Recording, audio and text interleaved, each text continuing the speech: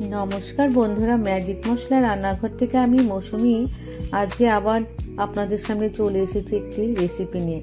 তো আজকের রেসিপি হলো চিংড়ি মাছ, আলু, বেগুন, টমেটো দিয়ে একটি রেসিপি তৈরি করব। যেহেতু ঘরে ফ্রিজে অনেক চিংড়ি মাছ রাখা ছিল, ভাবলাম চিংড়ি মাছগুলো দিয়ে আজ একটা রেসিপি তৈরি করে নিই। তো আমি চিংড়ি মাছগুলোকে একটু লাল করে ভেজে নেব নুন হলুদের সাহায্যে। বেশি লাল লাল করে কিন্তু চিংড়ি মাছ ভাজবো না বন্ধুরা, তাহলে কিন্তু চিংড়ি মাছ শক্ত হয়ে আসবে। আমি এখানে ডুমো ডুমো করে আলু কেটে নিয়েছি। একটু নুন হলুদের সাহায্যে আলুগুলি হালকা লাল লাল করে ভেজে নেব। আলুর মতো আমি বেগুনগুলোকে ডুমো ডুমো করে কেটে নিয়েছি। একসাথে দিয়ে একটু নুন হলুদের সাহায্যে আমি আলুর মতো লাল লাল করে বেগুনগুলো একটু ভেজে নেব।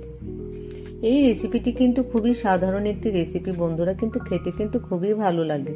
আপনারা একবার করে দেখবেন কেমন হয়েছে, আমাকে অবশ্যই জানাবেন। সহজ রেসিপি। প্যানে আমি কিছুটা তেল দিয়ে দিলাম, ফোড়নে আমি গোটা জিরে দিয়ে দিলাম। জিরে একটু হালকা ভাজা হয়ে আসলে এখানে আমি মাঝারি সাইজের একটি পেঁয়াজকে কুচিয়ে জিরের সাথে দিয়ে একটু ভালো করে একটু হালকা করে ভেজে নেব। এবার আমি 1 চামচ আদা বাটা, 1 চামচ কাঁচা লঙ্কা বাটা, 1 চামচ কাশ্মীরি লঙ্কার গুঁড়ো, পরিমাণ মতো হলুদ গুঁড়ো, জিরের গুঁড়ো, ধনের গুঁড়ো, সব মশলা আমি একসাথে দিয়ে একটু ভালো করে নেড়ে চেড়ে একটি গোটা টমেটোকে আমি গ্রেট করে নিয়েছি। সেই গ্রেট করা টমেটো আমি এর মধ্যে দিয়ে দেব। টমেটো দেওয়ার পর আমি একটু ভালো করে সব একসাথে মিশিয়ে নেব।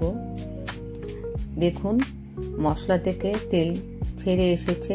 এবার আমি ভেজে রাখা চিংড়ি মাছগুলো এর মধ্যে দিয়ে দেব। ভেজে রাখা আলু বেগুনগুলো আমি এর মধ্যে দিয়ে সব একসাথে মিশিয়ে নেব।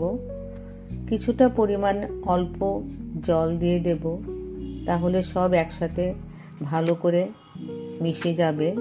5 থেকে 6 মিনিট আমি ঢাকা দিয়ে রেখে দেব। 5-6 মিনিট পর আমি ঢাকা খুলে নেব। এবার ধনেপাতা কুচি ওপরে ছড়িয়ে দিয়ে গরম ভাত বা রুটির সাথেও সার্ভ করে নেওয়া যায়। এই রান্নাটি কিন্তু খেতে খুবই ভালো, খুব সহজ রেসিপি। আপনারা অবশ্যই একবার করে